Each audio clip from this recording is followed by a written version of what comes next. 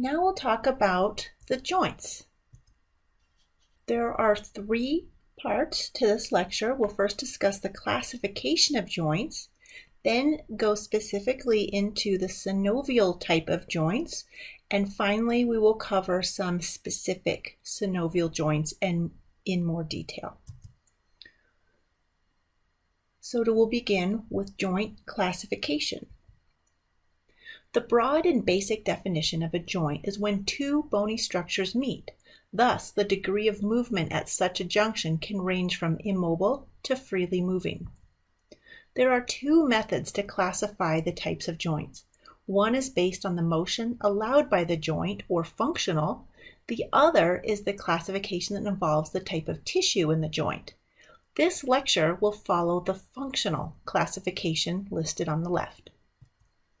The 3 types of function classifications begin with a synarthrosis joint, which are immovable. Amphiarthrosis has some slight movement, but is more structural. Finally, the freely moving joints we think of as our shoulder, elbow, etc. are the diarthrosis joints. These are contained within joint capsules and have a wide range of movements. Synarthroses do not allow for movement. Whether fibrous or cartilaginous, interlocking bones may become fused together over time as occurs in the skull. There are 4 main groups of synarthritic joints. Sutures are bones whose edges interlock like puzzle pieces to form the skull. Synchondroses are joints that use hyaline cartilage to make their connection as occurs between the ribs and sternum or in the growth plates of kids. These growth plates in kids, which are the epiphyseal plates, become fused bone known as epiphyseal line, which is a synostosis joint. Finally, the teeth are being held by ligaments in the bone of the upper and lower jaw, or maxilla and mandible. These are the gomphoses. All of these are immovable joints with the overall classification of synarthritic joints. For our class, you only need to know examples of synarthritic joints such as sutures in the skull or teeth in the jaw. Don't worry about the names of these subcategories. Amphiarthroses are connections with some movement between adjacent bones. One of these slightly movable joints are syndesmoses, which are 2 bones side by side, as in the forearm or lower leg. They are not meant to move against each other, but their connection allows for some give to accommodate stresses placed on these regions. Another type is the symphysis, which contains a fibrocartilage connection. These are found along the vertebral column with fibrocartilage discs between adjacent vertebrae, as well as the anterior pelvis where our 2 hip bones come together. The 3rd classification is diarthroses, which are more familiarly known as synovial joints. These are freely movable and will be discussed in more detail in the next section. So in this first section, you are responsible for knowing the 3 functional classifications of joints and an example of each one. Don't worry about the subclasses, just know what the examples are of the 3 main classifications. Synovial joints. So this is the 3rd group in the functional classification. We will discuss the features and movements or motions of synovial joints. Synovial joints have all this in common. They are contained in a capsule and therefore have a cavity within. These joints are also freely movable, although depending on the bony structures, their specific movements and range of motions can vary. A rule of thumb is the more flexible or greater range of motion of a joint, the less stable it is. Your shoulder versus your hip, for example. Hyaline cartilage covers the ends of bones facing inside a synovial joint. The space between 2 bones are the synovial cavity, surrounded by a membrane that secretes synovial fluid, which acts as an oily lubricant within the space. Outside, this cavity is reinforced with strong ligaments that form connections from the periosteum of each bone to hold the joint together. Let's look at each of these components more closely. The portions of bone within the joint is protected by a covering made of hyaline cartilage. These images indicated here are either plastinated specimens, as seen here, or raw specimens in the unpreserved state. we can see the cartilage, the smooth cartilage surface, although this one has some dings from a scalpel when this was being removed, but otherwise you can see the other smooth surfaces. We can see the smooth surface here as well as some of the smooth surfaces on the ends of bone. The synovial cavity in the black shaded region of the diagram is considered to be a space, but it is a very narrow space between the bones. The outer edges, indicated in red, are the synovial membrane that produces the fluid within. Inside the synovial cavity is the oily fluid that acts as a lubricant for joint movement as well as provide nutrients to tissues within the joints, as these joints are not very vascular. Synovial joints have one or more of these accessory structures for support or protection. In the knee joint, we have two fibrocartilage discs. This is the meniscus and is used to cup the rounded distal surfaces of the femur, stabilizing the joint, in addition to playing a role in shock absorption. These discs are wide around the periphery of the joint surface and taper toward the central region. More uniform fibrocartilage discs are found between adjacent vertebrae in the vertebral column for weight distribution and shock absorption. Fat pads can be found around some joints to protect by absorbing and distributing force. Bursa are little pillows of synovial fluid surrounded by a tough membrane that are found in areas where there is a great deal of motion and/or number of tendons, and these serve to prevent friction. On these MRI images, you can clearly see the fat pads outside of the knee. Fluid-filled bursa are shown in black. Tendons are a muscle-to-bone connection. These are found across joints, as it is this relationship that causes the joints to move. Ligaments are bone-to-bone connections that are used to strengthen the joints. Synovial joints have several subgroups based on their shape and movements. In this diagram, we can see the different types of synovial joints, an example of where they can be found in the body. Plane joints glide across each other with limited movement, although they are synovial joints. One example is between the sternum and the clavicle or collarbone on either side. Hinge joints, like a door hinge, with one bone rotating around the other in a uniaxial plane. The best example of this is the elbow joint. Saddle joints are two interlocking joints, one concave and the other convex. The base of the thumb is a prime example of this type of joint. Condyloid joints are similar to a ball and socket joint, but with more limited movements. The relationship between the radius in your forearm and the wrist is an example of this type of joint. Pivot joints have one bone twisting within a space, like that occurs between the first two vertebrae in the spinal column to produce the side-to-side motion for your head in the motion for no. Finally, the ball and socket joints are what most people think of when they think of joint examples in our body, such as shoulder or hip joint. It has one rounded head that fits into a concave cup. The shoulder has a greater range of motion because the cup portion is very shallow, while the socket or cup portion of the hip joint is much deeper and more limiting in the range of motion. This is a list of movements that occur at synovial joints. We'll go through each of these terms and describe the motion they represent. Flexion and extension are about the angle at a joint. When you close the angle, it is flexion. When you open it up, it is extension. Easy for the elbow or knee, bending either of these joints is flexion, and straightening them out is extension.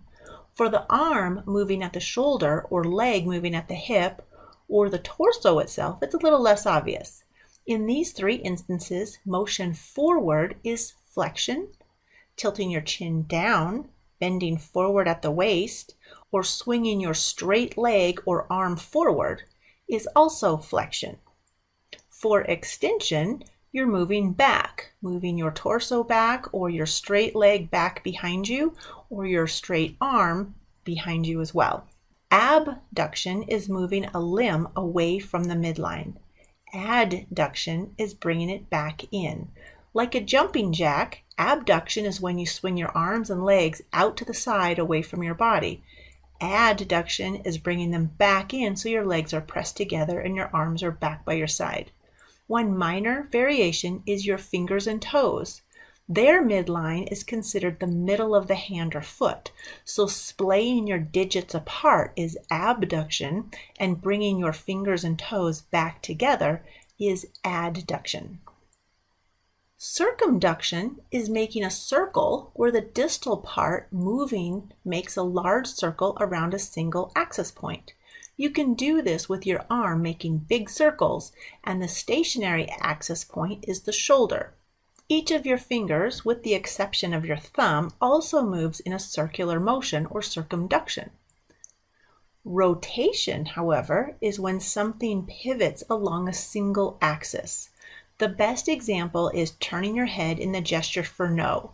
Or your arms and legs can also do this with your arms straight down or straight out to the side, keeping your hand in the same position and just moving the palm to face a different direction, so that if it's your arm, it's just rotating at the shoulder with your palm going up and down while your arm is straight, or your leg, you're rotating so your toes go out and inward. That would be lateral rotation or medial rotation. Supination and pronation is specific to the hand. When you turn your palm to face upward or forward, that is supination. When you turn your palm over, that is pronation. We naturally hold our hands at the sides in a pronated position, then supinate when we want to turn our palm over to hold something in our hand.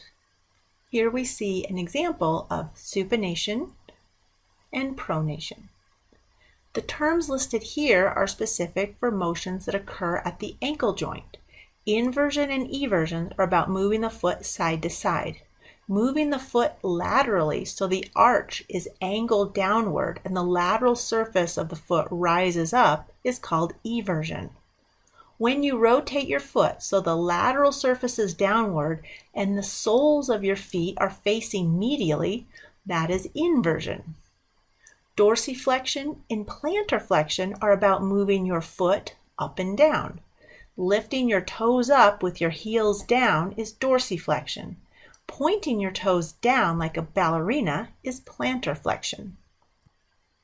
Elevation is to move a body part superiorly, like closing your mouth or lifting your shoulders.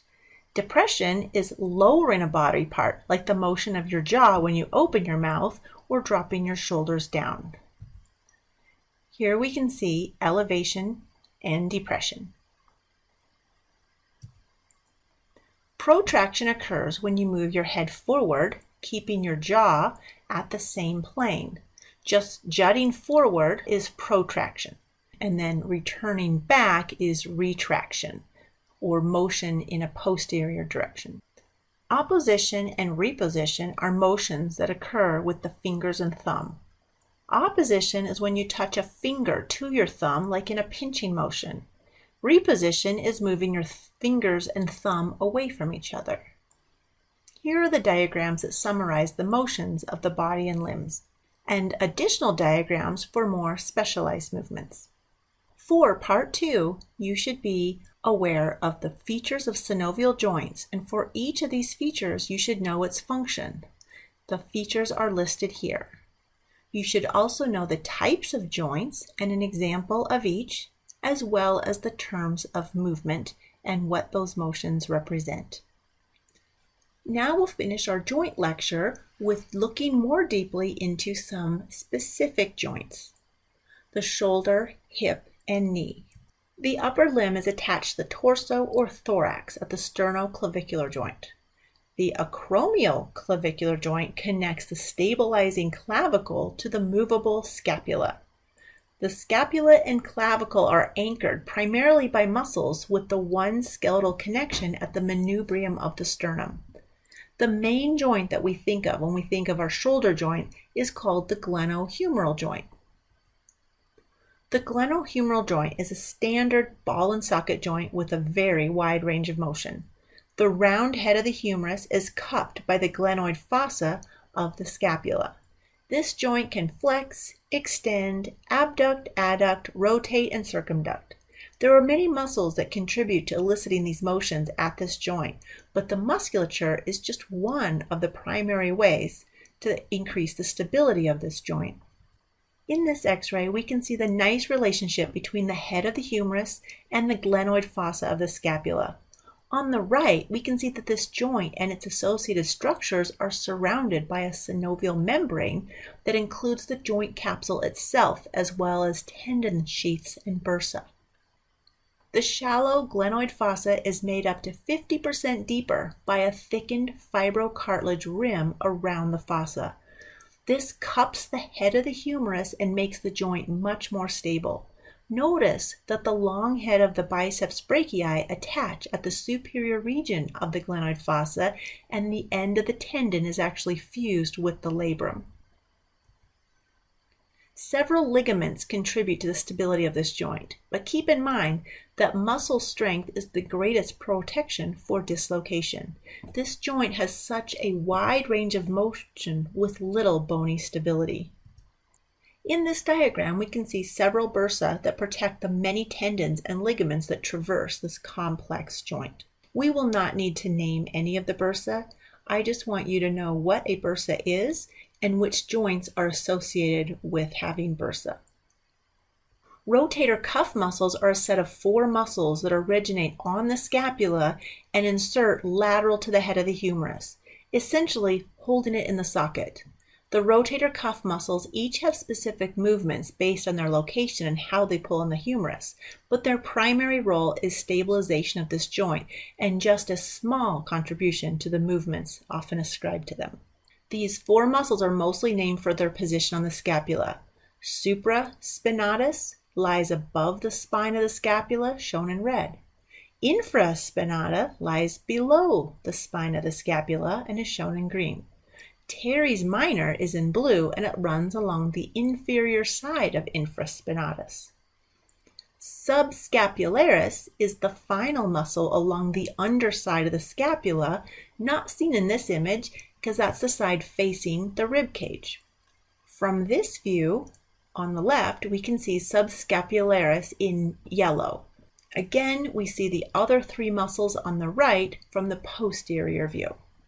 A way to remember these muscles is the acronym SITS: supraspinatus, infraspinatus, teres minor, and subscapularis. The joints in the lower limb begin in the pelvic girdle. There's not a lot of motion in these 3 joints. Lumbosacral attaches the lowest lumbar vertebrae to the sacrum that forms the posterior portion of the pelvic girdle. Sacroiliac joints are where the 2 sides of the pelvis, specifically the ilium, attach to the axial skeleton. Anteriorly, the 2 pubic bones connect at the pubic symphysis. The distal 3 joints have much more movement. We'll discuss the coxal or hip joint and go into more detail about the tibiofemoral or knee joint. There won't be any more detail provided about the tibio-talar or ankle joint in this lecture. The hip joint is another ball and socket joint, similar to the shoulder joint, but much more stable. This increased stability comes at the cost of a reduced range of motion for all of the motions indicated. The acetabulum is a deep socket fitting the majority of the round head of the femur. The deep, bony socket of the acetabulum is enhanced by a strong fibrocartilage ring to help cup the head of the femur within but allow movement. The orientation of supporting ligaments allow for a much greater anterior flexion movements and a more limited range of motion for the extension movements or moving the leg backward. Inside the socket itself, the center of the head of the femur has this ligamentum teres. This attaches the femur directly to the pelvis, in addition to providing a conduit containing vessels and nerves into the head of the femur. The 3 ligaments that wrap around from posterior to anterior are named for the bony parts they connect, which includes all 3 bones of the oxa coxa to the femur. The tibiofemoral joint is a fancy name for knee joint. The condylar ends of the femur articulate with the flat superior surface of the tibia. Our knees hold most of our body weight and must withstand high shear and torsional forces. Therefore, it has several ligaments to hold it in place and prevent excessive motion in multiple directions. Locking is a mechanism that allows the knee to remain in the position of full extension without much muscular effort. Locking occurs as a result of a medial rotation of the femur during the last stage of extension. On the end of the femur, the condyles are much larger on the medial side, meaning that when you extend your knee, the lateral side is done, but the medial side will actually continue to rotate a little bit more. This means that when you go from the knee bent to straightening it, the lateral surface reaches the end of its motion before the medial surface does. Being in a seated position, you can extend your leg outward. At the point that your lateral condyle reaches the end of its range of motion, continue to contract your quadricep muscle, and you'll notice that with your thigh stationary against the chair, your lower leg will actually rotate slightly outward. That's because the medial surface continues to rotate a little bit more. However, if you are standing up and you lock your knees into place, you'll notice that your actual femur or your knee kind of turns inward. The menisci within the knee are two crescent-shaped fibrocartilage discs that are wide on the lateral surface and taper down toward the middle.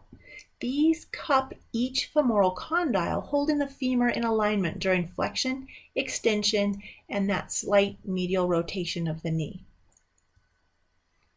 Cruciate ligaments are inside the knee joint to prevent anterior or posterior motion of the femur relative to the tibia. These ligaments are named from when they attach on the tibia. The anterior cruciate ligament can be seen under the patella on the anterior side of the knee. It starts on the tibia and moves superior and posterior to attach to the femur. The anterior cruciate ligament, indicated in blue, prevents the tibia from moving anterior as well as the femur from moving posterior.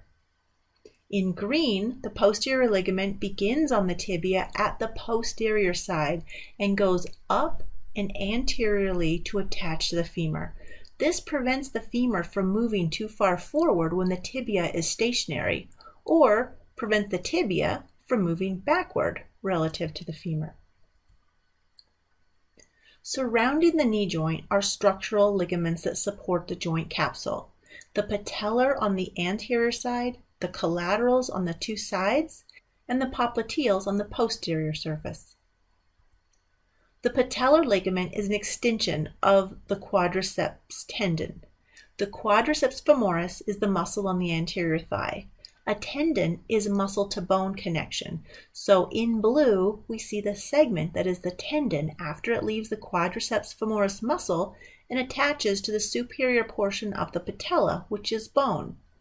A ligament is a bone-to-bone connection. Therefore, the segment from the patella, attaching inferiorly to the anterior surface of the tibia, is the patellar ligament.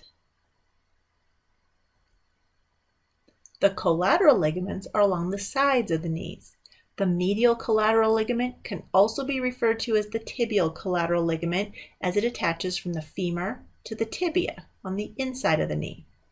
The lateral collateral ligament is also referred to as the fibular collateral ligament because of the femur to fibula attachment. These ligaments prevent side-to-side dislocation. Injury to a collateral ligament often occurs on the opposite side of impact. The side that gets hit will actually buckle and go slack, while it is the opposite side that will expand, tearing the ligament.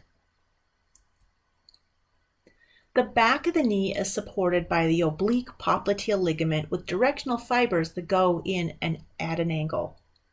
The oblique popliteal ligament prevents hyperextension. The arcuate ligament is part of the posterior lateral ligament complex in most people, but it's actually absent in approximately 30 to 35% of people. This is Y-shaped in that it starts from the fibular head and splits extending outward toward the oblique popliteal ligament. Here are all the ligaments that we covered.